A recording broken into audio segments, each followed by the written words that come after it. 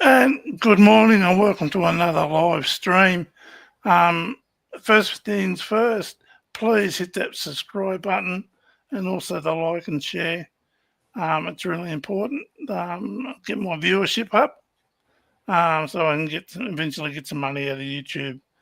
But today, I've been chasing Brittney for a year now, but she's been really busy, and then I've had health issues and um, I come across Brittney's YouTube channel called Empowered Para. And on this channel, she talks about all things regarding her disability, which is paraplegia, um, you know, from using a wheelchair to personal care, intimacy, relationships, access. Um, I've been watching Brittney now for about a year and a half, and I've loved everything she's put out. So I've also put Brittney's um, link there to her YouTube channel.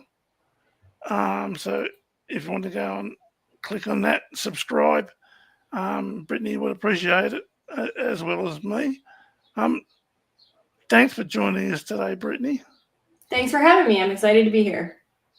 Yeah, like I said, I come across your channel about a year and a half ago, and the way you describe things, um, being someone who's a paraplegic, it's been very insightful, creative. Can you just tell us why you started this channel?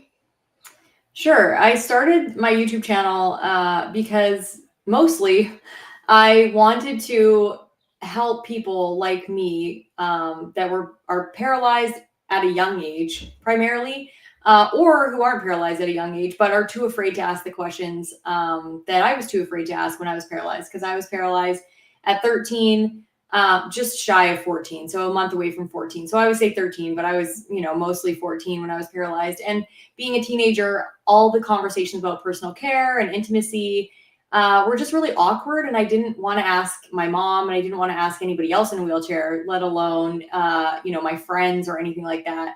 So it was just really intimidating for me to figure out all this stuff on my own. And eventually I met people in wheelchairs and learned all the stuff that I needed to learn from really great people who were just bold enough to tell me all the things I needed to know. And a lot of the stuff I figured out on my own. But I know that there's lots of people out there like me that really won't ask the questions and will struggle for longer than they need to. So I started the channel just to basically answer the questions that a lot of people not able or not in wheelchairs have, and also people in wheelchairs. So yeah, I started to educate the general public, and then to just support people that are newly injured. Yeah, well, that's basically why I started my channel as well. Is just to talk about different disabilities because I have multiple disabilities. Um, Now, we were talking beforehand, and we were talking about how your channel's been going for about 4 years, and you made a video that sort of went viral. Mm-hmm. Do you want to talk about that one? Sure. I made the video early on in my channel, and then it ended up going viral like a year later, which is really odd. But that's how YouTube goes, and the algorithm sometimes works. It was just a video of me showing people how I pee in bed at night without getting up, because obviously it's annoying to get up into my wheelchair and go to the bathroom in the middle of the night. That wakes me up like entirely. I have a really hard time going back to sleep. So I was just showing how I keep containers in my bedside table, and I use a catheter and cap into those containers, and then just put the lid on, and then I do that to pee in the middle of the night. And in hindsight, I realized that the thumbnail doesn't show me in a wheelchair at all. It just shows me laying on a bed. So I look like I'm able-bodied. So it kind of piqued a lot of people's interest. And then when they started watching it, a lot of people realized that I was in a wheelchair and that I had a spinal cord injury. But I think a lot of the interest was just from random people being like, wait, what? How does this random lady pee in bed? And it just kind of went viral because of that. But yeah, it got me a lot of new audience members, which was really nice. And a lot of new ones that aren't disabled, which is really cool because I feel like I get to educate people that, don't know anything about disability, and that's kind of fun. Yeah.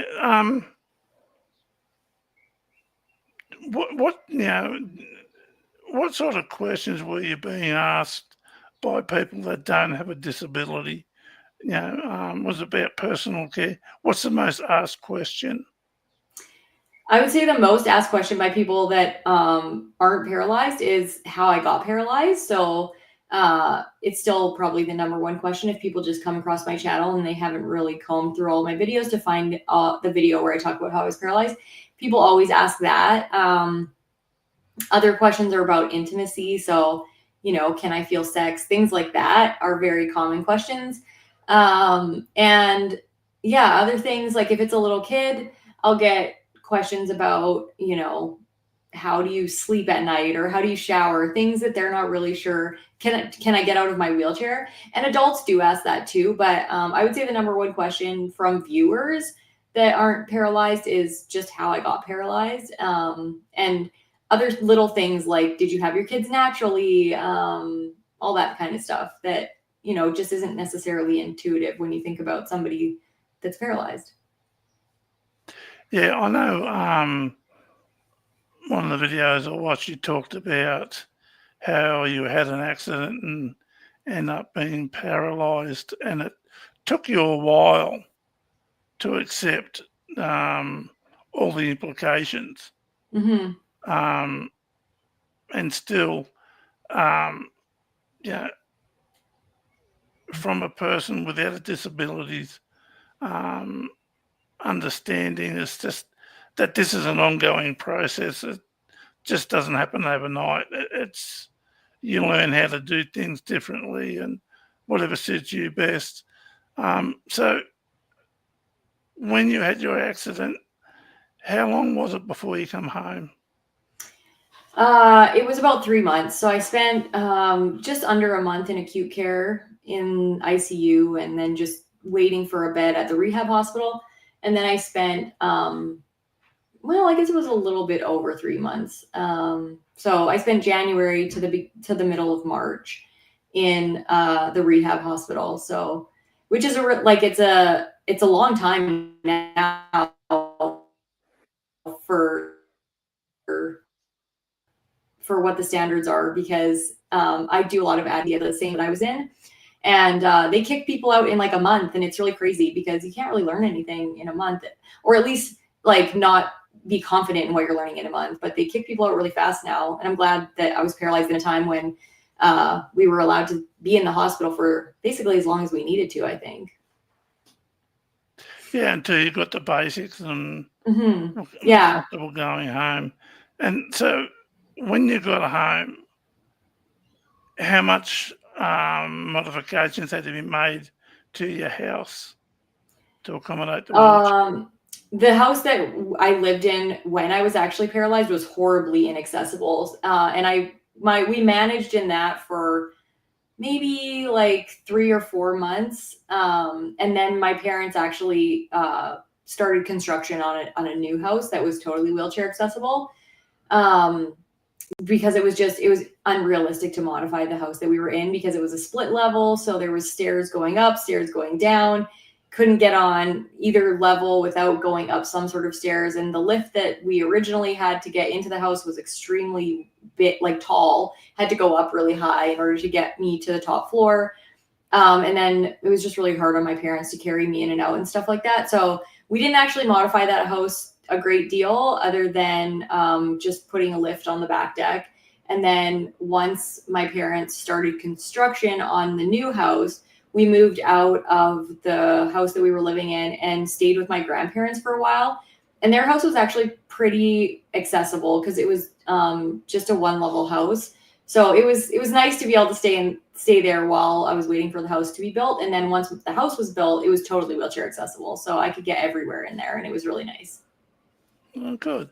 Now I've seen a couple of videos with you and with some friends that you went to school with. So when you had the accident, then come home, then you went to school. What was it like for you as a young girl at that stage, Hmm. dealing with your disability, then dealing with the pressures of being a teenager?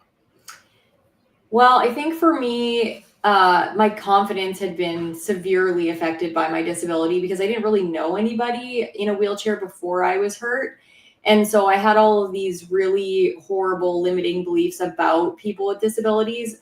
I thought they were strange and different, and I didn't feel comfortable around people with disabilities. And so when I was disabled, I was having a hard time feeling confident about myself. And when I went back to school, I carried a lot of those limiting beliefs with me and just assumed that people were only nice to me because they had to be, that they didn't really want to hang out with me. And I luckily had really good friends that still got me places and everything. But I just had all of these horrible limiting beliefs in the back of my head all the time that really challenged me and my confidence as a teenager. I had a boyfriend that was really kind to me, which was really helpful for my confidence all through high school. So I mostly hung out with him and a couple of really close friends, but I lost my large social group that I had before I was hurt because I played sports, and a lot of that just went away. So I had a core group of friends still, but it was nowhere near the kind of social life that I had previous to my accident. But yeah, there was still lots of like social pressure to fit in, and I didn't feel like I fit in anymore. So it was kind of an awkward time for me. Yeah, look, I understand how you feel. Um, I got my first disability when I was 25. And when I came back from Sydney, um, all the friends that I thought I had never came near me. Yeah. Yeah, never come around and say, hello, how you going? Do you need anything? I've had one really good friend for the last, I don't know, 45 years, and another friend I've had since the early 80s. He's a paraplegic as Mhm. well. Um, so yeah, all the friends I thought I had, I never they weren't really friends. I think that's one thing about having a disability is you really do find out who true friends are, and it's almost like I feel like it's good now because it's like the ultimate filter for people that are not comfortable enough to take on some of the challenging experiences that come with being friends with somebody with a disability, and B, that aren't nice. So there's plenty of people out there that are just kind of jerks, and I'd rather not interact with those people. And I think there's a lot of times when I was able-bodied that I was, quote unquote, friends with those people and didn't really know what they were like until after I was hurt. I had one friend that I hung out with daily. Like I was really good friends with him. And then when I came back from the hospital, he wouldn't even look at me. He never said hi to me. It was super weird. And even to this day, like we moved to the same city to go to university, and I saw him a couple of times out in public, and he just like veered the other way, like as fast as he could. And so I just thought that was like, people like that are a little bit odd when I'm like, we were friends before and you're not even going to talk to me. But I'm glad that I don't have to, spend time with those people because they're not genuine, right? So Yeah, they do nothing for you no. really. Not as far as friendship, but you know, there's no assistance there. There's nothing there. So you just let it go. Hmm. Yeah, Exactly. I did the same thing. Um, so you said you went to university. Um, what was it that like for you? Like with accessibility and the teachers, the lecturers' attitude. I want to say that for the most part, it was amazing. I was still not very confident, so I didn't make a bunch of friends in university. I would talk to lots of people in my classes, but in terms of actually extending that social interaction beyond, chatting during class, I wasn't confident enough to do that. So I wish I had had a little bit more confidence in university to make some lasting friendships. But the accessibility was like mediocre. There were a lot of lecture halls that had really steep ramps to get in because they were all like theater style, and the door was at the back a lot of the time. And then you had to get, in order to get to a place where I could sit comfortably and not be like on an incline, I had to get all the way down the ramp to the main area of the lecture hall. Some of the lecture halls you came in the back and there was a seating area at the back where wheelchairs could sit, and that was awesome. But in a lot of them, I had to get all the way down. So I was like always nervous because I would wait at the door and I would ask the first person who opened the door to push me down the ramp. And most of the time people were like, oh yeah, no problem. And a lot of the time it was no big deal. But some of the time they would say no. And I would be like, oh no, how am I going to get down this big ramp? And at the time, I probably could do it on my own now because I'm way stronger and way more confident in my abilities as a wheelchair user. But back then I was really scared of ramps and all of that stuff. So that was challenging. But for the most part, there was like accessible bathrooms and everything. Other than the campus being really large, I didn't realize, coming from a very small community, that a university campus was, you know, like 10 city blocks big. So I scheduled my classes really far away from each other, not realizing that I was going to have to wheel, you know, 20 minutes, 25 minutes in between classes. So for that first semester, I was late for every class because I had to wheel very far. But once I got the hang of it, and once I, you know, found the classrooms that were more accessible and the areas that were easier for me to access, then I kind of tailored my class schedule and my experiences so that they weren't as challenging as they were that first semester. So what were the teachers' attitudes like? Because I have a friend here where I live. She's been blind since birth. And she did a degree in psychology. And they weren't going to give it to her because, as they said, she can't read body language. Oh, Yeah, so she appealed that and won, but those sort of attitudes that still linger, yeah. in 2024.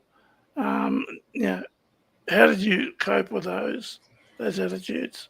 I ran into that a little bit when I was when I first started university. I was just in a general science degree, and then I switched over to an education degree so I could be a teacher. And when I was doing my practicum like experiences, I did run into that. There was a couple people that had come before me in the faculty that were in wheelchairs, and they wouldn't properly accommodate their placements because they said that being in a wheelchair was a liability in a science lab and different things like that. So I ran into that in my practicums, and then I ran into it just when I did my actual science labs. They required that I have a able-bodied student do my labs for me. They wouldn't let me do my own labs because they said if I spilt chemicals on my lap, it would be a huge liability, and I couldn't wheel properly with the things that I needed. And so it was like I was instructing somebody how to do the things that I should have been able to do myself.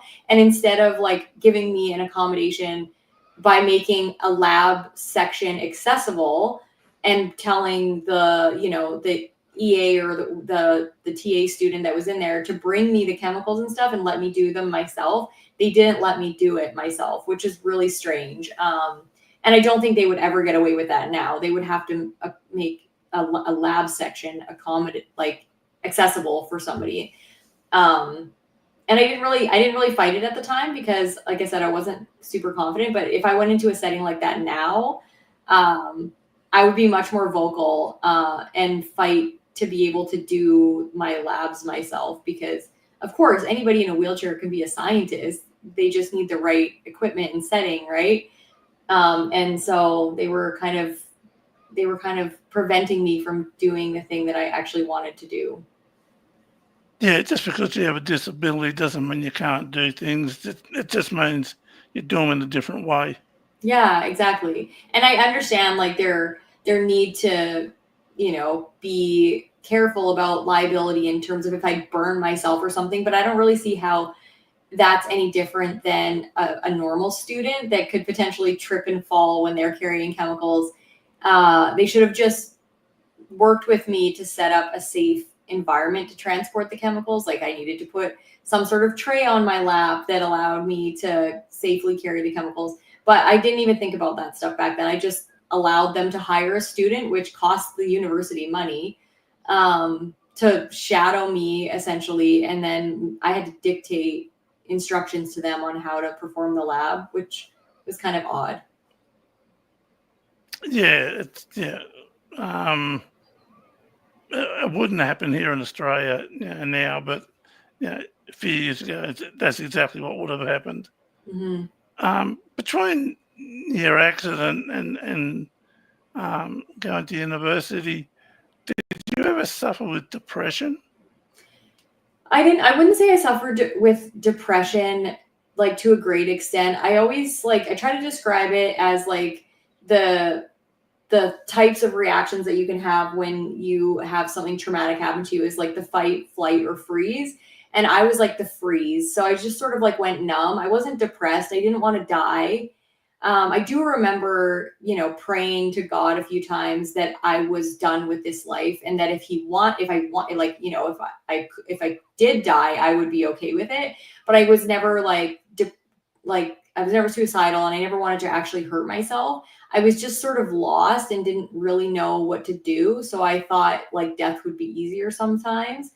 But I don't think I went into a depression. It was more just like a numbness that I just went through the motions and didn't really deal with any of the mental sort of aspects of being disabled. I just sort of went through the physical steps that I needed to in order to get on with my life. And then later on in life, kind of had to deal with some of those things emotionally that I probably should have worked through.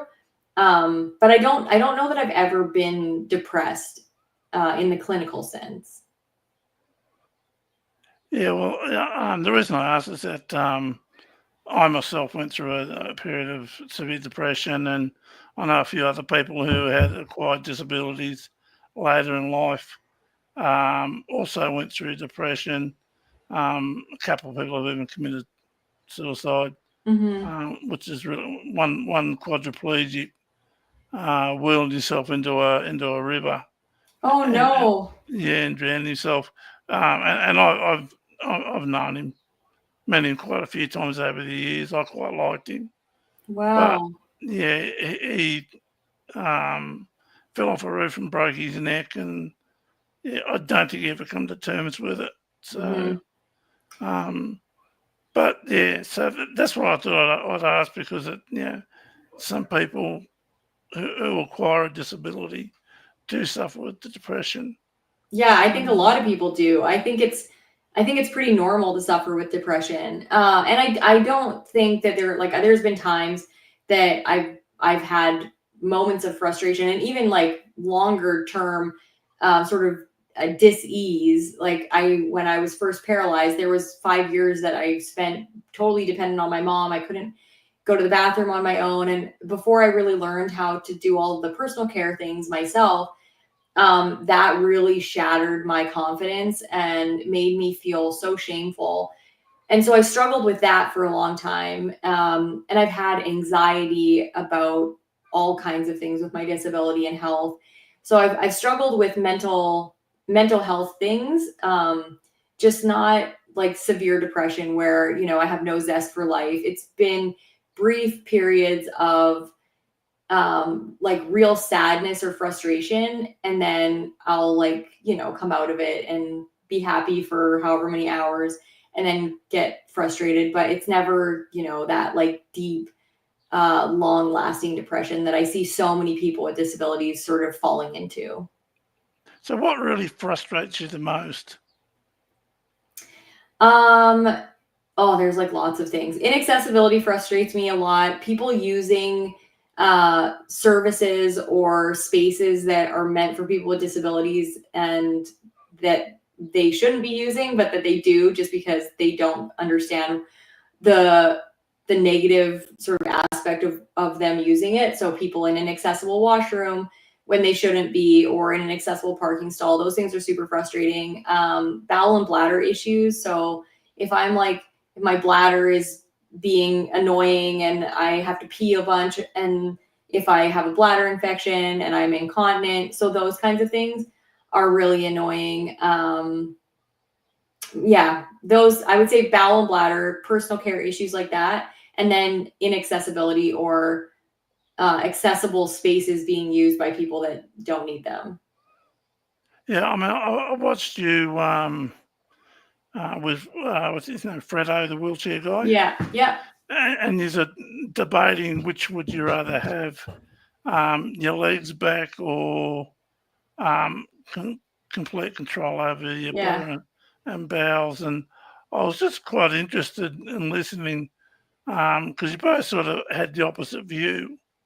I think yeah, you said you would rather have your legs back, and Fredo said, no, you said yeah, you would like control over your bladder and bowels rather than walk again, and Fredo was the opposite. yeah, It's interesting because I often get, would you rather be blind or be deaf? And yeah, it's a really hard question to answer. But yeah, I really do touch on some really good topics, but sorry, that I can't go into because we're not going to have enough time. Sorry, hmm my voice is going. Um, so how long have you been married for now? Sorry. Oh, that's okay. I've been married. I got married in 2011, so I guess it's 13 years married, and I think we've been together for 15 years. So And how many kids do you have? two. I've got Jacob, who's just turned 16 in October, and Jamie, who's 12. She turned 12 in September. Oh, nice. Yeah. Yeah, teenage years. I've got two girls, and yeah, teenage years weren't easy. It's an interesting set of new problems as they get older. New problems and worries, different for sure. And all stages are fun, but I think girls are harder because Jacob's pretty laid back and kind. My daughter, I think, is going to be a little bit more of a handful, so we'll see. Yeah. So, how does your husband handle and your family handle all these issues that you got to face daily, like personal care and intimacy and access? You know what? How do, They just come. They're like along for the ride. They mostly just uh I don't they don't seem to it doesn't seem to affect them to a great degree unless it's like something that's affecting all of us. Like there's been times where I've taken Jamie somewhere hoping that it's accessible and showing up and it's not, and then she's disappointed because she can't go in somewhere without a parent, and obviously I'm not just going to be like, yeah, sure, you can go in this inaccessible area by yourself. So when things like that happen, we all get, collectively frustrated. Um, but I want to say that my family is like really constructive and supportive. So we work together to make things as accessible as possible. And my son, now that he's old enough to help lift me, it's really like teamwork when we go somewhere, and that's really nice. And then other times I just sort of opt out. Like when we went to Mexico last time, and the kids and Joe wanted to go to this adventure park thing, and I was just like, they said, yeah, we'll get you wherever you want to go there, and I was just like, nah, it's not going to be fun for me to not know where the bathrooms are and to have to be lifted everywhere, and it's like not going to be fun for you guys either. So yeah, we try our best to make things like access and all of that work. And when they are really bad, then I just kind of opt out, which is something that I've had to learn to be okay with. yeah, sometimes I feel because I can't do things that I'm letting my family down, but they don't seem to worry about it. Mm-hmm. I think it's just, I don't know how long you've had your disability for and how old your kids were. Um, when you acquired it. But mine, they don't know any different, so they're just used to me missing out on things, and I think they just have gotten used to that emotionally, without it letting or getting to them too much. Yeah. Yeah. Um, yeah, I got my first disability in '89. I went paralysed from the waist down. Oh, Um, geez. yeah, I had none of the doctors here where I live found it, but I had an astrocytoma in the L3 region of the spinal cord, Mm-hmm. and I was told I wouldn't be able to walk again. So I was determined to walk out of the front doors of the Wow. hospitals in Sydney, and I got the walking frame, yeah, and I got the nurse to help sit me up, and I would just lift myself up and rest my feet in the ground and try and take the weight. Yeah. And I did that every day for as long as my arms could hold out. But I ended up walking out the Wow. front door. So, I love stories like that where people defy the odds and prove the doctors wrong, because I think doctors have a real knack at telling people what they're never going to be able to do when they don't really know. The doctors don't know; they don't have a crystal ball, but they're really good at telling people what they are going to be able to or not be able to do for the rest of their lives. And it always makes me happy when somebody defies the odds and proves them wrong. yeah, one thing I find really annoying is the medical students. They think they know everything, but really they know bugger all. Yeah, I know. Even doctors, I think anybody in the medical profession, they know what they've been taught and they know things about the human body and stuff, but the people who are the experts about their disability are the people with the disability. No doctor is ever going to know what it's like to, be visually impaired unless they're visually impaired, and no doctor is ever going to know what it's like to be a paraplegic unless they're paraplegic. And even though they might treat people with either of our conditions, they still don't know as much as we do about the actual daily experiences that make up our lives. No, exactly. And I've been saying that for years. But I had one medical student. I've got severe osteoporosis Hmm. because of the medication I was on, and he said, "Oh, you need to be on this Fosamax." And I said, "I was on it for a Hmm. couple of years. Went off, went back on, went off, went back on. Went off and stayed off." He said, "Well, you need to go back on." I went, "No, I don't." He said, "Yeah, you do." I said, "Listen, you little dick. Yeah. I've been doing this longer than you've been alive." Yeah. I actually spoke to the chemist at the pharmacy who make the medication, and that's what he told me to do. Hmm. So, go back to your books and start reading again. Yeah. I Yeah. know there's so many doctors that I've talked to that just they don't know, and it's really frustrating. Especially when they're trying to make decisions that affect our lives without having to deal with the consequences of those decisions. Like, we're the ones that are going to deal with the consequences if they make bad decisions about what they think we need to do.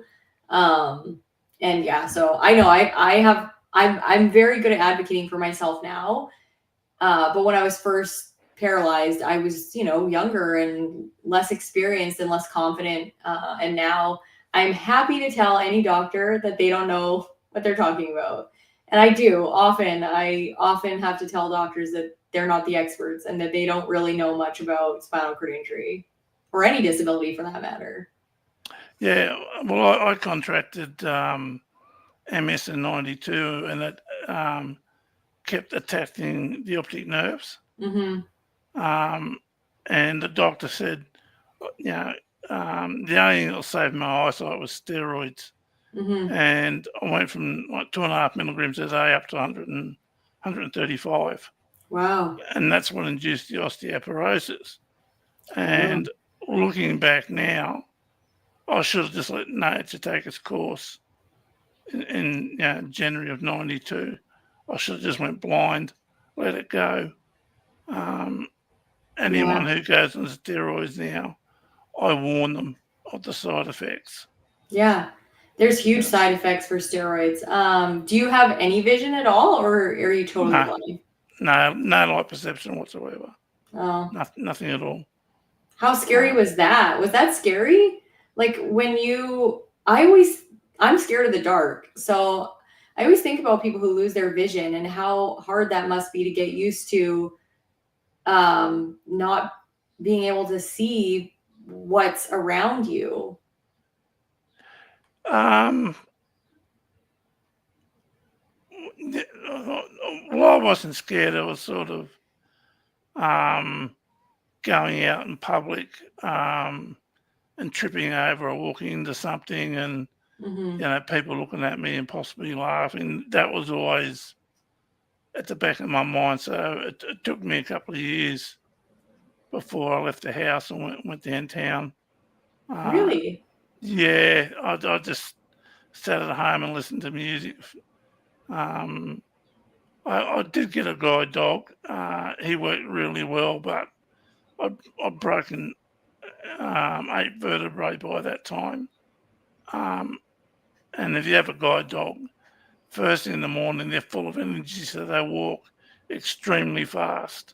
Oh, And I couldn't keep up with him, and I was just pulling on my back, and yeah. it's really quite painful. So I made the decision not to use him anymore, to give him Yeah. up.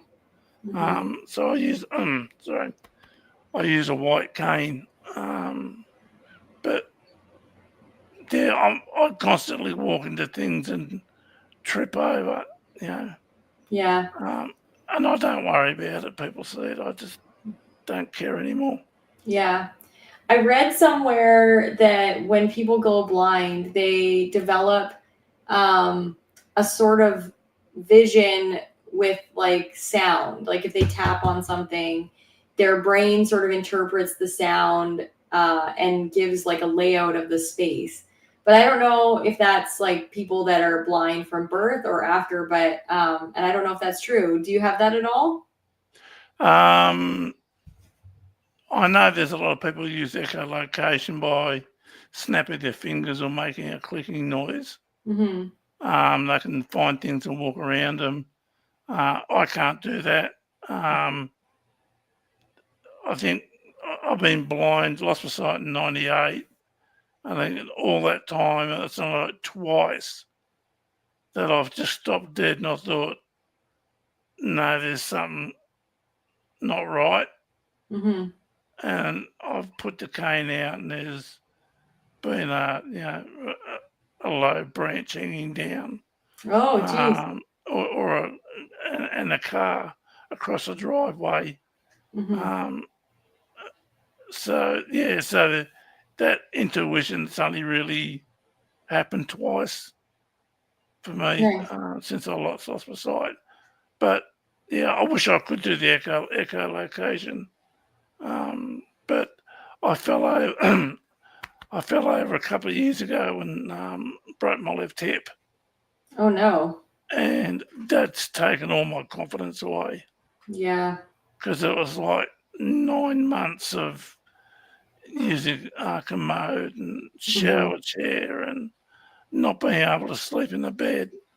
I slept in the recliner. Yeah.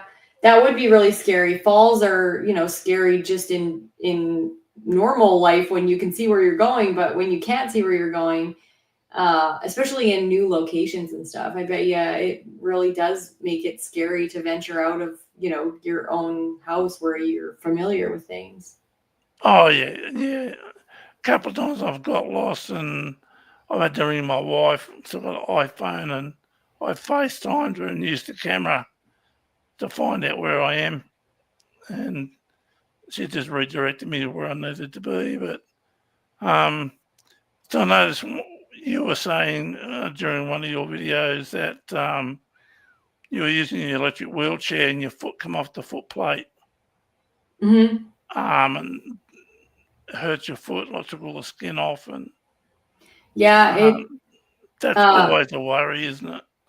it is a worry. That's why I always want to see where my feet are now, because there's been a few times that, yeah, it's fallen behind my foot plate, and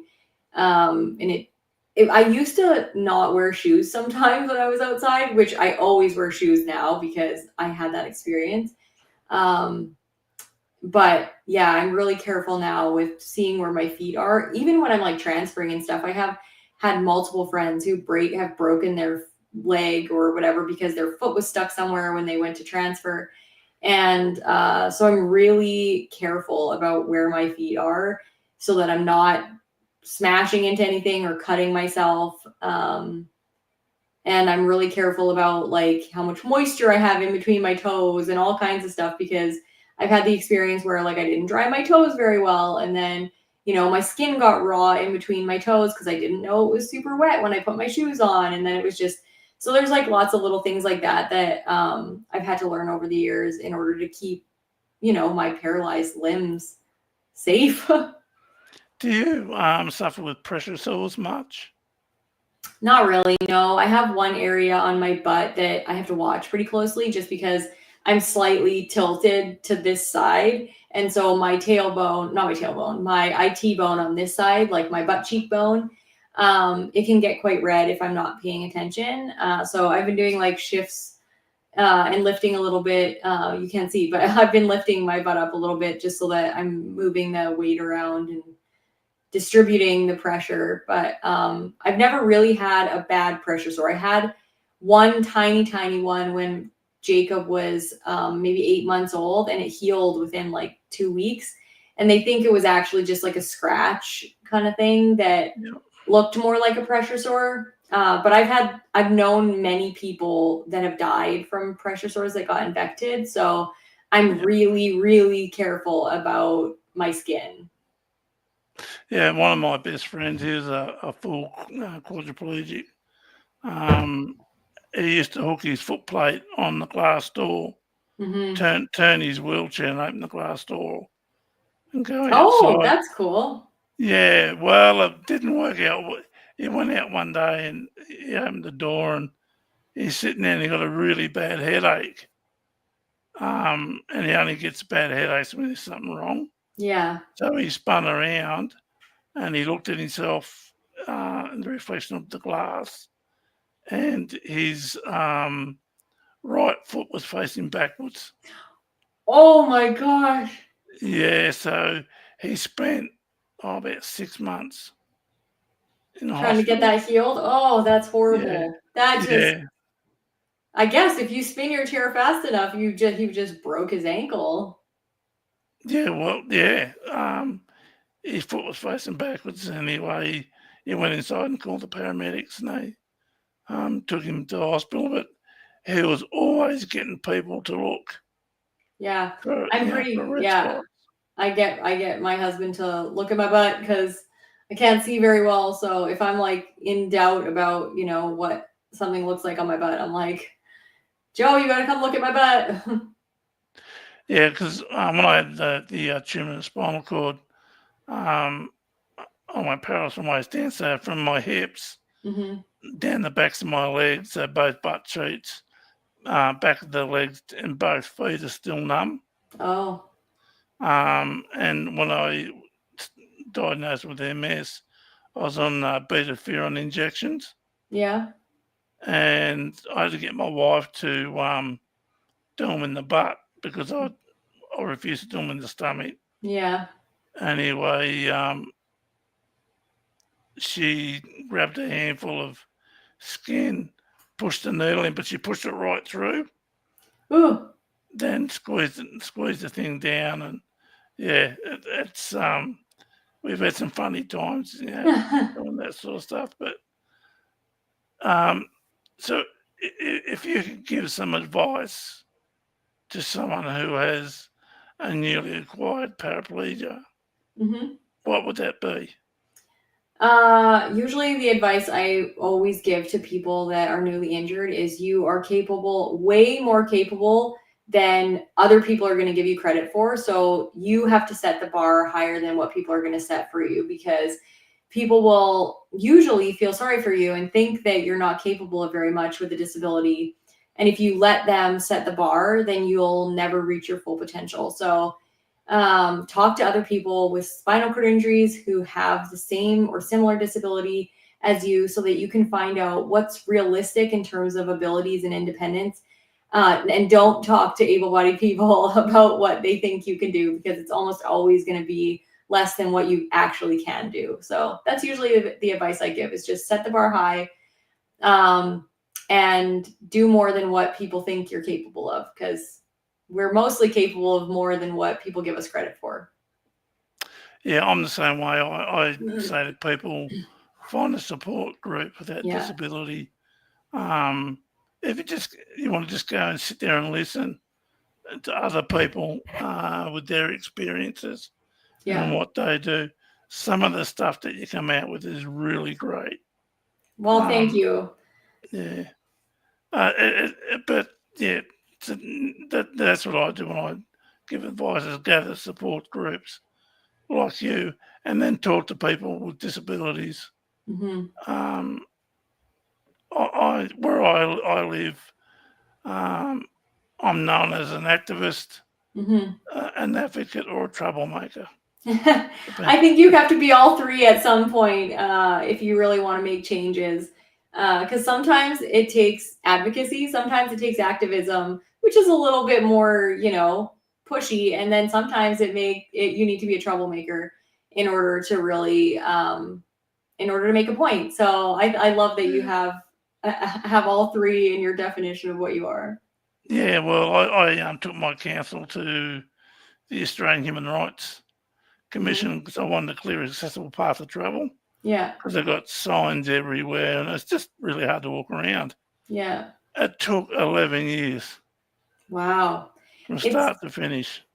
And I bet you there's a lot of things that people do for physical disabilities like mine that probably are counterproductive for people with visual impairments. Because I don't know, but I always think, because I don't know anybody personally that is blind or hearing impaired or anything. So I don't know what their experiences are like. And to be honest, I even recently was like trying to figure out why there's like bumpy like areas right before on a curb cut, like going off of a road. There's like these bumpy mats. And I was like, what are these metal things here for? They just make it so hard to wheel over. And then it occurred to me that it's for people that are blind, so that they can know when they're leaving the sidewalk, because it's like this textured like thing. At least I think that's what it was for. And so there's so many things that we're not familiar with that people, require with other disabilities. And I'm just as guilty as the able-bodied people that sometimes I get mad at of not knowing what other people's experiences are like with other disabilities. So. Well, you are right. That's what those bumps are. Yeah. They're to let you know that there's a change coming up, whether it's texture or you turn left, turn right, up, down. But I've got friends who are in wheelchairs, and they said the same things. It's hard to get over, especially with the front wheels. Yeah, it's hard to get over with the front wheels in the wintertime. But now that I know what they're for, I'm happy to just wheel around it, because it totally makes sense why they are there. Yeah, sometimes you've got to, make accommodations. Yeah, totally. Yeah, it's look, I know a little bit of what it's like to be paralysed from the waist down and using a wheelchair. I was stuck in there for a few months, but for someone like yourself to go through what you're going through, and then willing to share that information, whether it's personal care or intimacy or relationships or access, it helps. I think so, and that's why I do it. So I appreciate the acknowledgement, and thank you for being a longtime viewer. It's really great to know that people are enjoying my content, and I like that it's not just interesting to people with spinal cord injuries. So I'm glad that you reached out. Yeah. It's taken us a while because I think I first contacted you about 12 months ago. Yeah, totally. Yeah, and you were really busy. Then you said, I'll leave it for a few months. And then I got sick, and then, life happens. That's why I made sure to fit it in before Christmas, because today has been a busy day, and I have a meeting right after this in 6 minutes, and then I have another meeting right after that one. And then my kids have like sports and stuff. But this time worked out fine. It's evening for me here, and it's morning for you there, so we're good. Yes. And it's summertime here too, which is good. So, Lucky you. yeah.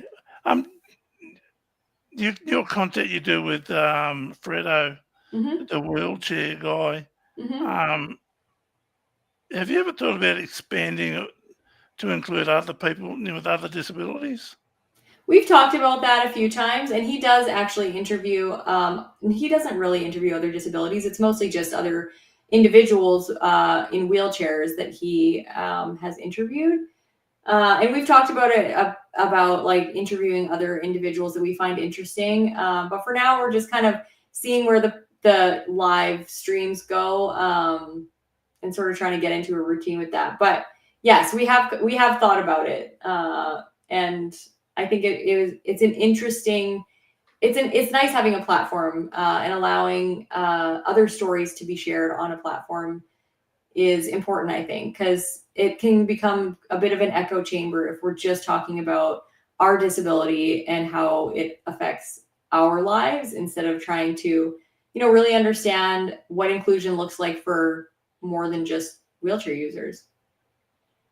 Yeah, I think that's a good idea. I mean, that's what I've been trying to do since I started my channel. Hmm. I've interviewed people with different disabilities and different services. But yeah, so I thought that, for you and Fredo to just maybe that's an option to have other people with different disabilities, especially people with Down syndrome Yeah. brain injuries or whatever. Hmm. Yeah. Um, No. Well, it's definitely on our radar. yeah, that would be good to see. Yeah, I participated in a few online things over the last couple of years, so it is worthwhile. But I'd better let you go. You've got a meeting in a couple of minutes. I do. Thank you so much for having me. Okay. Oh, there's a friend of mine, Lady Di. She's in the US. She jumped on to say hello. Oh, Um, so unfortunately, we're going now, Di. So, but thank you for coming today, Brittney. It's been really, really good to talk to you and to discuss your your life and your experiences. yeah, it was fun. Thank you so much for having me, and thank you for the work that you do and all the content you create. No, thank you. All right. Well, I hope you and your family have a good Christmas. You as well. Yeah, we'll have a nice hot one. You have a nice cold one. Yeah, I know. It's going to be a cold one. It's supposed to be really cold here.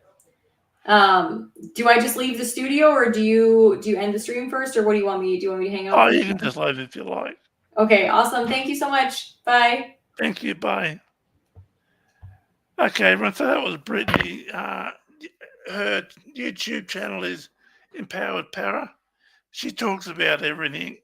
I strongly recommend you go to her channel and go through her content because she talks about so many different things and it's so educational and she does it in a way.